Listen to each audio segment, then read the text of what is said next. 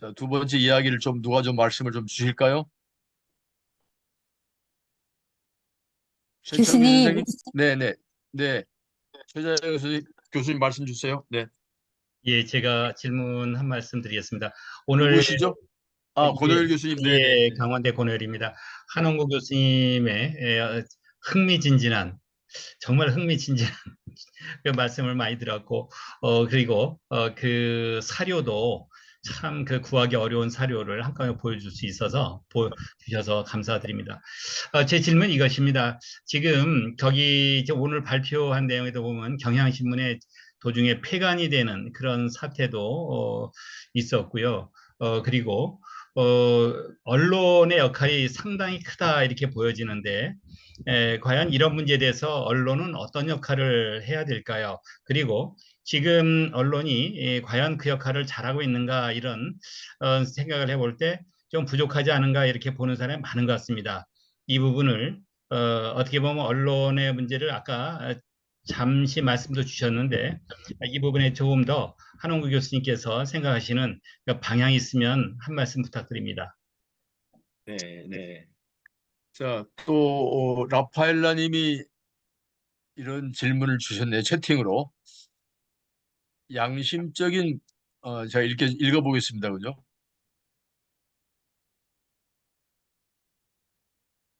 양심적인 보수가 없는 게 문제라고 하셨는데 그 이유가 무엇이고 그런 보수들의 목소리를 내게 하는 구체적인 방법이 무엇일까? 상당히 중요한 질문 같아요. 그러니까 우리가 일종의 그 보수 세력을 뭐 타도 내지는 적대시망할 것이 아니라 결국은 양심적인 보수 세력을 만들어내는 것도 어, 좀 우리가 중요한 과제인 것 같아서 그런 보수들의 목소리를 내게 하는 구체적인 방법이나 대안이 무엇이 있을까? 만약 친일을 했던 주요 언론들이 가장 문제인 것 같은데 어떻게 보시는지요? 친일했던 언론들 뭐 이런 이야기를 주셨습니다. 네, 권오일 교수님하고 라파엘로 선생님이 질문 주신 걸 읽었습니다. 최자연 교수님 말씀하시면 됩니다. 네. 예, 예, 교수님. 금방 한 교수님께서 그 건강한 보수 얘기하시면서 예를 대구에 있는 유승민 씨를 들었어요. 그런데 제가 대구 출신이고, 직접 이상적이 아니라 제가 직접 겪은 바, 그 사람들도 철저하게 법을 지키는 것이 아니라 자기의 이익에 관련되면 얼마든지 무리를 동원해서 자기의 이익을 자기의 이익을 추구한다. 이런 말씀을 드리고요. 그냥 멀리서 보는 뭐 박근혜에 대들었다. 이런 거 가지고 그런 사람을 쉽게 평가를 해서는 안 되고, 만일에 우리가 나아갈 때에 건강한 보수라고 할 때에 그 예를 저는 그 유승민 씨로 박근혜에 반대했다는 것으로서만 그런 거는 굉장히 위험하다 한 예로 그 안철수가 전라도에서 40몇 석을 얻었는데 유승민 씨하고 딱 그 결탁을 하고 난 뒤에 그 표가 다 빠졌어요. 그러니까 전라도 사람들이 바보가 아니거든요. 그 사람이 걸어온 역사를 알고 있는 거죠. 그래서 그냥 연구실에서 보는 것과 실제 정치는 다르다. 이 말씀 참고로 드리고요. 제가 드리고 싶은 말씀은 본론은 건강한 보수라고 말씀하셨는데 그러면 진보는 건강하냐? 제가 볼 때에 진보도 방향을 잃고 권력욕을 가지고 있는 것은 지금도 마찬가지다. 그 진보라는 것이 공익을 위해서 하기보다 현재 뭐 386, 486 이런 사람들의 잔재도 그 찌끄러기 그 잔재들이 지금 보면은 추하기 짝이 없는 이런 것들이거든요. 그래서 건강한 보수뿐이 아니라 우리나라에는 건강한 진보도 없다. 권력욕을 갖고 있는 것은 이승만이나 박정희나 보수나 진보나 제가 보기에는 똑같다. 이런 말씀을 드리고요. 그 다음 그다음에 저는 이게 이제 제가 말씀드리려고 하는 본론인데요. 제가 그리스에 지금 있는데 그리스에서 속담이 있어요. 당하면서 배운다. 이렇게 속담이 있습니다. 자기가 직접 당하지 않으면 배울 수가 없는 거예요. 그런데 저는 지금 윤석열도 마찬가지인데 이승만만 나무래서 될 것인가? 왜냐하면 사람은 누구나 독선적인 데가 있거든요. 그런데 해방을 맞은 우리나라에서는 우리 자신이 너무나 아는 게 없고 저항력이 없었어요. 그래서 이승만이 독재를 할 때에 그것을 어떻게 그 저항하고 견제하는가? 4.19 되기 전에 이거를 알지를 못했던 것이죠. 그러면 이렇게 피를 봤으면 배워야 되지 않겠습니까? 그런데 지금까지도 윤석열에 대한 거 보면은 배운 게 없는 것 같아요. 이승만만 욕을 하고 윤석열만 욕을 하거든요. 윤석열 욕을 하는 여당이나 여당은 말할 것도 없고 야당도 권력만 가지려고 하지. 이 윤석열 같은 상황이 다시는 나오지 않도록 하려면 어떻게 권력에 대한 견제책을 마련해야 되는가 하는 입법을 해야 될 텐데 그거를 하지 않고 계속 나오는 소리가 대통령 4년 중임제하자는 얘기밖에 저는 들은 게 없는 것 같아요. 그래서 우리는 당하면서도 지금도 배운 게 없다. 이승만 욕하고 박정희 욕하고 윤석열만 욕해서 얻는 게 하나도 없다는 말씀을 드리고요. 그 네. 다음에 한 가지만 더 말씀드릴게요, 교수님. 한 가지만. 이승만하고 박정희하고 어떻게 똑같습니까? 역사가 흐르고 나니까 똑같아 보이는데 박정희는 이승만은 부패한 사람이고 자기는 부패하지 않고 옳은 일을 하는 거라고 생각을 했던 거예요. 근데 어떻게 그걸 우리가 박정희가 이승만을 좋아할 수가 있겠어요? 그런데 그 둘은 독선에서 똑같다. 그래서 결론으로 제가 말씀드리는 것은 이승만, 박정희, 윤석열을 겪으면 배우는 게 있어야 되는데 아직도 진보라고 얘기하는 사람들이 우리가 속된 말로 세대갈이라고 하는데 이게 머리가 터지지를 않아가지고 계속 권력만 뺏을 생각을 하는 거예요. 여기까지만 말씀드립니다. 감사합니다. 예, 중요한 말씀 주셨는데, 저는 지금 이야기하는 가운데서 제가 하나 좀 이야기하고 싶다면, 아까, 극우 보수 세력과 건강한 보수가 필요하다고 말씀 주셨는데, 또 하나 지점은 뭐냐면, 진보 세력도 건강한 보수가 나오려면, 사실은 진보 세력 중에도 건강함이 필요하다.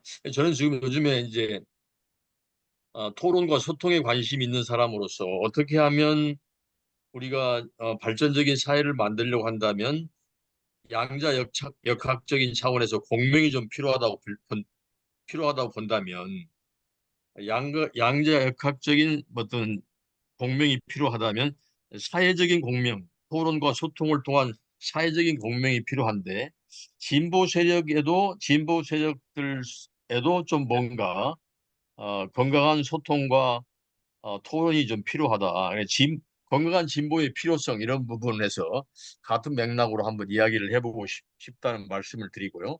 자, 조명철 교수님 한 말씀 하실 수 있을까요?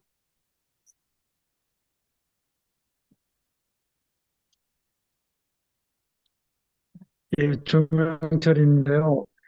너무 좋은 강의 들어서 저는 이렇게 조금 내용적으로 좀 충격적이었고, 그다음에 어, 그 희생당한 인원들이 숫자가 너무 많아서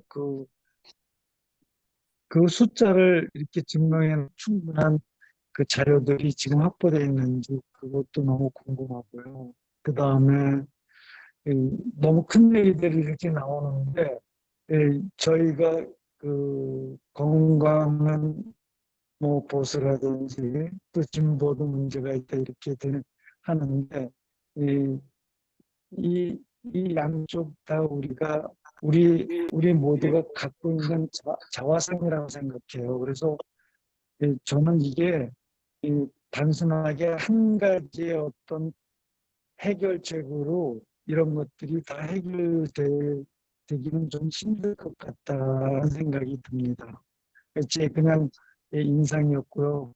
오늘 너무 귀하고 아주 좋은 유익한 강의해 주셔서 너무 한 교수님 너무 감사드립니다. 네, 고맙습니다. 조명실 교수님 감사합니다.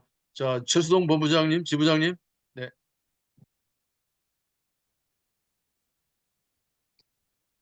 음소거 해제하시고요. 네,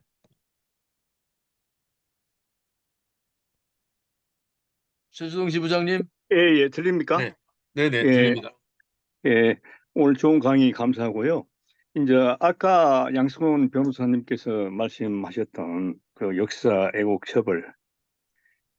지금 우리가 역사 애국 처벌법 유일하게 지금 5.18 역사 애국 처벌법은 제정이 돼 있죠.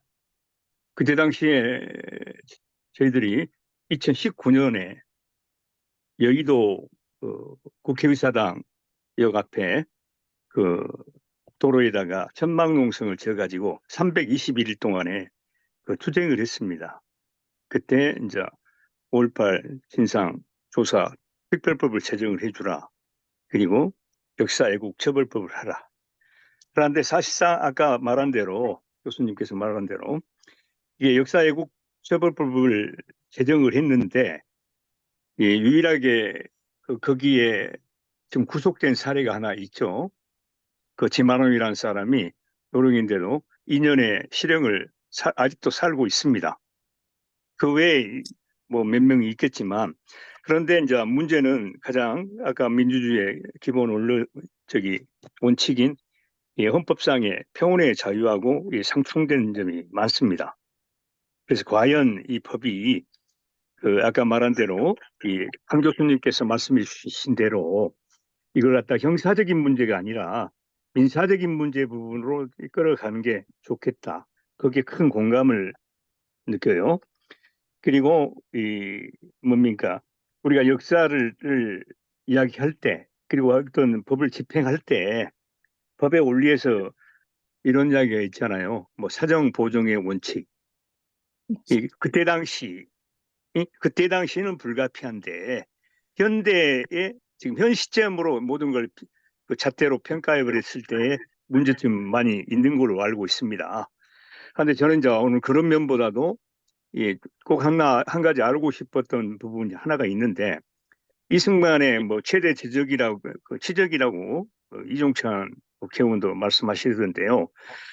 토지개혁 부분, 이 부분을 조금 부분적으로 제가 잘 몰라서 알고 싶고 또 많은 걸 듣고 싶습니다. 이상입니다. 토지 개혁, 예, 예. 네, 그 이야기 좀 하시죠. 근데 토지 개혁은 제가 이제 얼핏 알고 있기로는 예.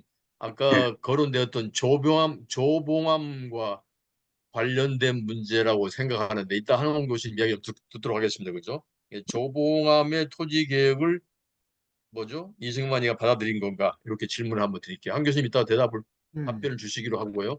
자, 또 다른 말씀 있으실까요? 아유, 질문이 지금 너무 많은데요. 너무 많습니까? 그럼 그래도 여기까지. 네, 거의 7, 여기까지. 예, 하는 것 같은데. 좋습니다. 네, 한 예, 교수님. 그 양심적 보수 세력 문제는 여러분이 그 말씀을 해주셨는데 이거 정말 어렵죠. 그리고 이제 그러면은 양심적 뭐 건강한 진보는 있느냐? 뭐 그런데 이제 결국 그러면은 그 그렇게 해서 쳐나가기 시작하면 아무도 안 남을 거예요. 현실 정치는 어차피 정치라는 게 차악을 선택한다는 말이 있지 않습니까? 이게 우리가 서로 만들어내는 부분도 있지만 현실 정치는 현재 있는 것 속에서 찾아야 하고 있는 것을 조금 개선해서 쓰는 수밖에 없는 그 현실.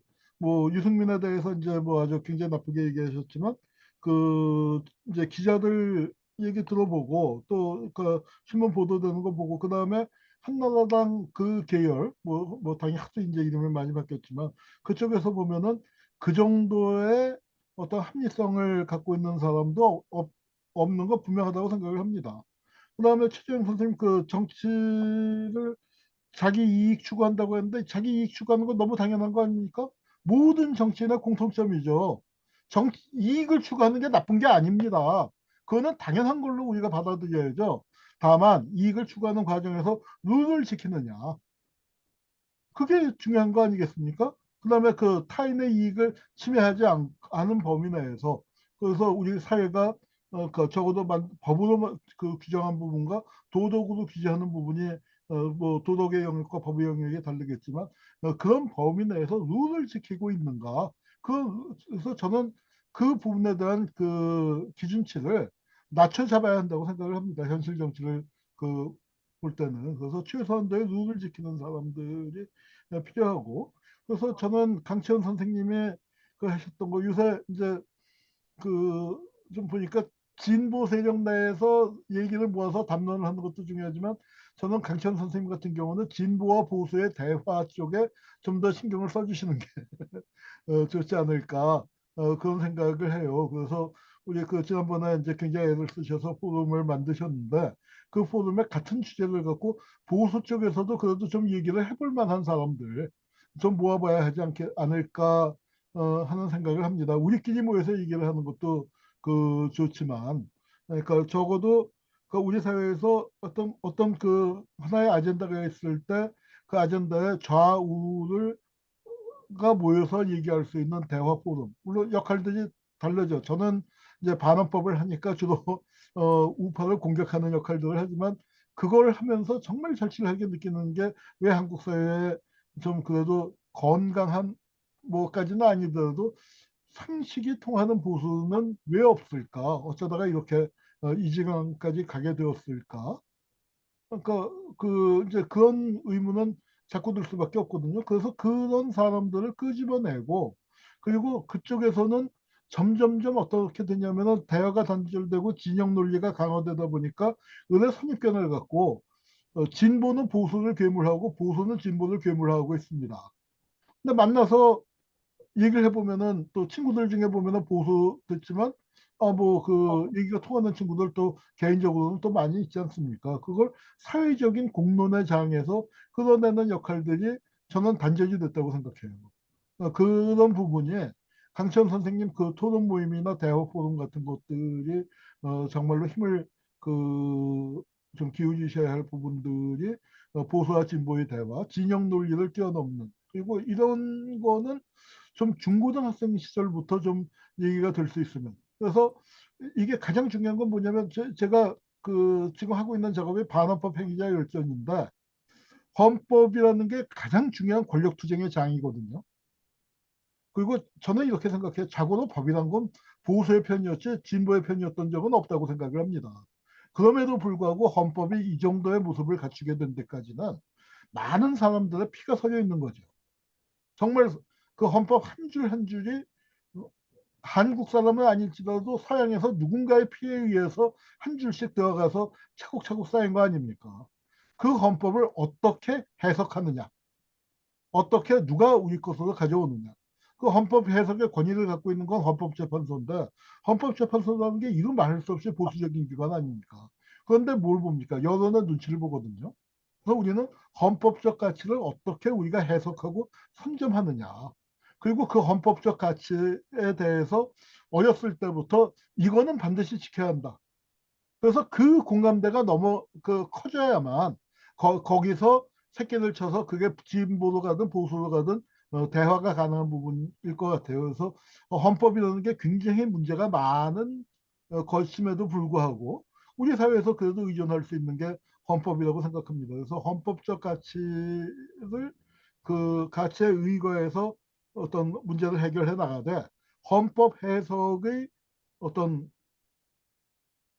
헌법 해석을 놓고 벌어지는 계급 투쟁, 진보와 보수의 투쟁에서 진보 진영이 우위를 점하는 게 필요하다고 생각을 해요. 그러면서 기준 자체를 어, 헌법을 갖고 싸울 수밖에 저는 없다고 생각합니다. 현실 정치의 장에서 뭐 우리가 80년대처럼 혁명을 추구하는 게 아닌 이상은 헌법을 갖고 싸울 수밖에 없고 그 싸우는 무대는 선거와 의회라는 민주정치의 그 제도적인 틀이 있죠.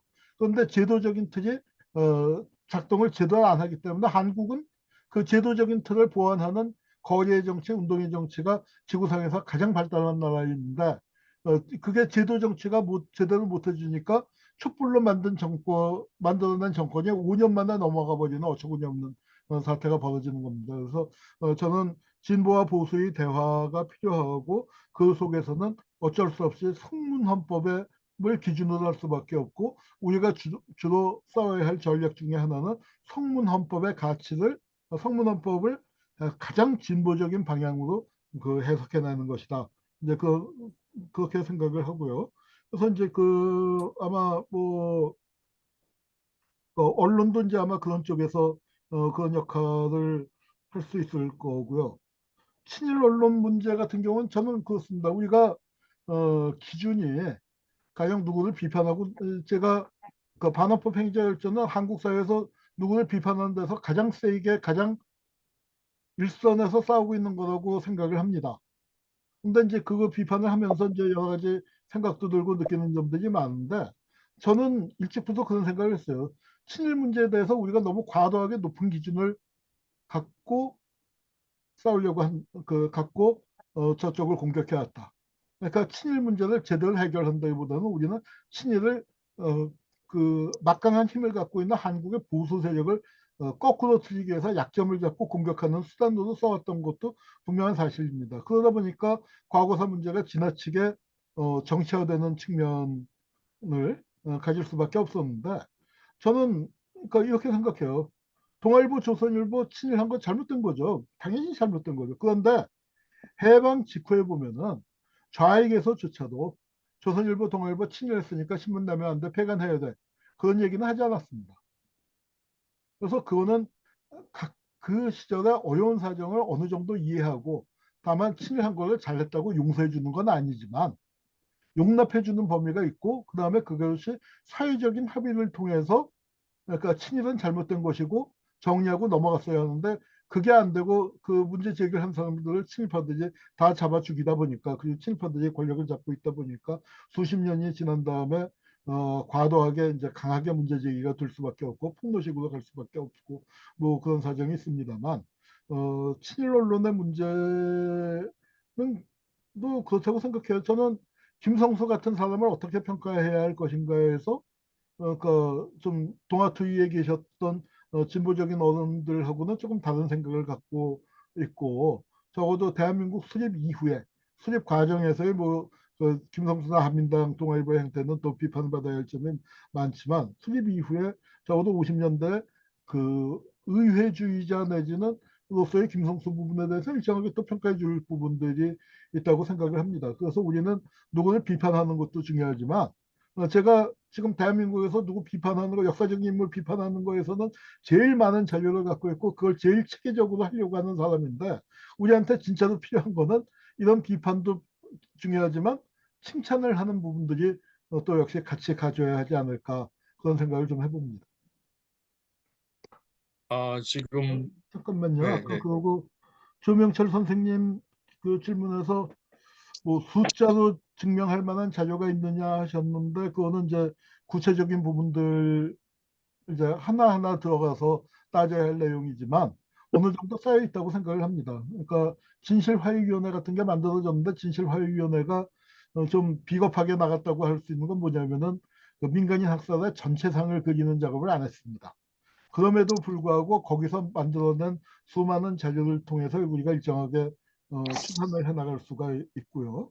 그 다음에 군대에서 희생된 사람들은 정확하게 이제 군대에서 희생된 사람만 해도요. 이건 그 민간 형사를 포함시키지 않았는데 한국전쟁 끝나고 난 다음에 한국전쟁 기간 중에 죽은 사람 말고 한국전쟁 끝나고 난 다음에 지금까지 군대에서 죽은 사람이 6만 명이에요. 이라크전에서 미군이 8년 동안 9년 동안 전쟁에서 4,500명 죽었는데 우리는 전쟁 안 하고 6만 명이 죽었거든요. 이런 부분이 바로 국가폭력이 만연한 나라였다는 증거고 뭐 거기서부터 이제 그런 국가폭력이 지정되지 않고 바로잡혀지지 않고 계속되어 오다 보니까 여기까지 이르게 된 게 아닌가 생각을 합니다. 그리고 우리 저 최수동 선생님 5.18 당사자 이시고 5.18 문제 해결을 위해서 여러 가지 노력을 기울여 주셨는데 형사처벌보다는 민사로 푸는 것이 좋겠다고 공감해 주셔서 대단히 감사하고요. 이승만은 이제 최대 지적이 그 토지개혁, 우린 농지개혁이죠. 토지개혁이 아니라. 그래서 대제하고 이면은 뺐는데, 뭐, 그거는 이제 그런 부분이 있습니다. 지주제를, 적어도, 그러니까 북한은 토지개혁을 했고 우리는 농지개혁을 했다. 그래서 이제 농지개혁이, 그러니까 토지개혁보다 철저하지 못했다. 이게 이제 80년대 우리가, 제가 20대 때 공부할 때, 논리였는데, 지나놓고 보니까 그 농지개혁을 통해서도 적어도 계급으로서의 지주는 해체가 됐습니다. 근데 그 농지개혁으로 가는 거는 이승만만이 공을 독점해서는 절대 안 된다고 생각해요. 조봉암도 있지만, 물론 이제 조봉암이 농림장관으로 개혁을 추진했지만, 조봉암을 농림장관에 임명한 건 또 그 이승만이었고요. 이 과정은 좀 복잡합니다. 이승만이 또 농지개혁 법안이 통과되니까 거부권도 행사하고 복잡하지만, 전체 대세는 미국도 농지개혁을 받았습니다. 계급으로서의 지주를 없애는 거, 그래야 자본주의화가 되니까. 그래서 농지개혁을 추구했던 거는 미국도 추구했었고, 그 다음에 그 김성수도 어쩔 수 없이 동의했습니다. 왜냐하면 농지개혁을 하지 않으면은 토지혁명을 요구하는 공산주의 혁명이 일어날 판이니까. 그래서 김성수도 사실은 농지개혁에 동의했기 때문에 이게 이제 저 국회에서 통과되고 할 수 있었던 부분입니다. 그래서 이제 농지개혁의 그 공과 성과를 그 이승만이 갖고 가는 거는 이승만이 독점하는 건 말도 안 되는 얘기고, 이거는 사실은 독립운동 진영의 합의 사항이었습니다. 1930년대가 되면 농지개혁을 하지 않으면은 독립운동 안 된다. 왜냐하면은 농민이 80%인 나라에서 농민이 독립운동을 안 하면 누가 하겠습니까? 농민들을 독립운동으로 끌어내려면은 토지개혁이 필요했던 거고, 북한은 해방되자마자 토지개혁을 했습니다. 그런데 우리는 안 했잖아요. 46년 안 하고 47년 안 하고 48년 안 하니까 농민들이 부글부글 끓어오를 수밖에 없었고, 그렇게 되니까 이제 그 토지개혁까지는 못해도 농지개혁, 그러니까 토지개혁에 비해서 농지개혁은 굉장히 타협적인 겁니다. 근데 김성수가 농지개혁을 받아들이는 대신에 지주들이 또 퇴로도 열어줬죠. 우리도 먹고 살아야 하니까 대지하고 이면은 남겨줘. 근데 이거는 저는 그 학생들한테, 그 요새 젊은 사람들한테 설명할 때, 자, 봐라. 대한민국이 대타협에 기초해서 태어났다. 농지개혁에서 우리가 얘기할 부분은 개혁보다도 지주들도 타협에 일정하게 동의했었던 부분들. 자기들이 살기 위해서. 그래서 그러니까 이런 것들이 요즘 그러니까 재벌들이 곳간에 쌓아놓고 있는 거, 그 잉여자금 같은 것들을 이제 풀어야 할 논리로 우리가 재해석을 할 수도 있겠고요. 농지개혁을 적어도 이건 농지개혁이 뭐 우리가 공업화 산업화 돼 나가는 데서 굉장히 중요한 디딤돌이 됐었던 것은 분명한 사실인데, 다만 그리고 또 하나는 농지 개혁을 안 한 상태에서 한국 전쟁이 벌어졌었으면은 농민들이 확 다 넘어갔었을 겁니다. 그런 의미에서 야, 농지 개혁 저거 안 했으면 큰일 날 뻔했다. 그런 얘기는 일정하게 좀 근거가 있는 얘기라고 생각을 하고, 그런 의미에서 아마 보수 세력들은 이승만한테 공을 돌리고 싶어 하겠지만, 그 농지개혁은 이승만은 오히려 농지개혁에 소극적이었고, 그러니까 저 농지개혁은 그 당시에 한국의 정세로 봐서 필연이었다고 생각을 합니다. 네, 네, 감사합니다. 이제 마지막 질문을 이제 받고 끝내야 할 시간 같은데요.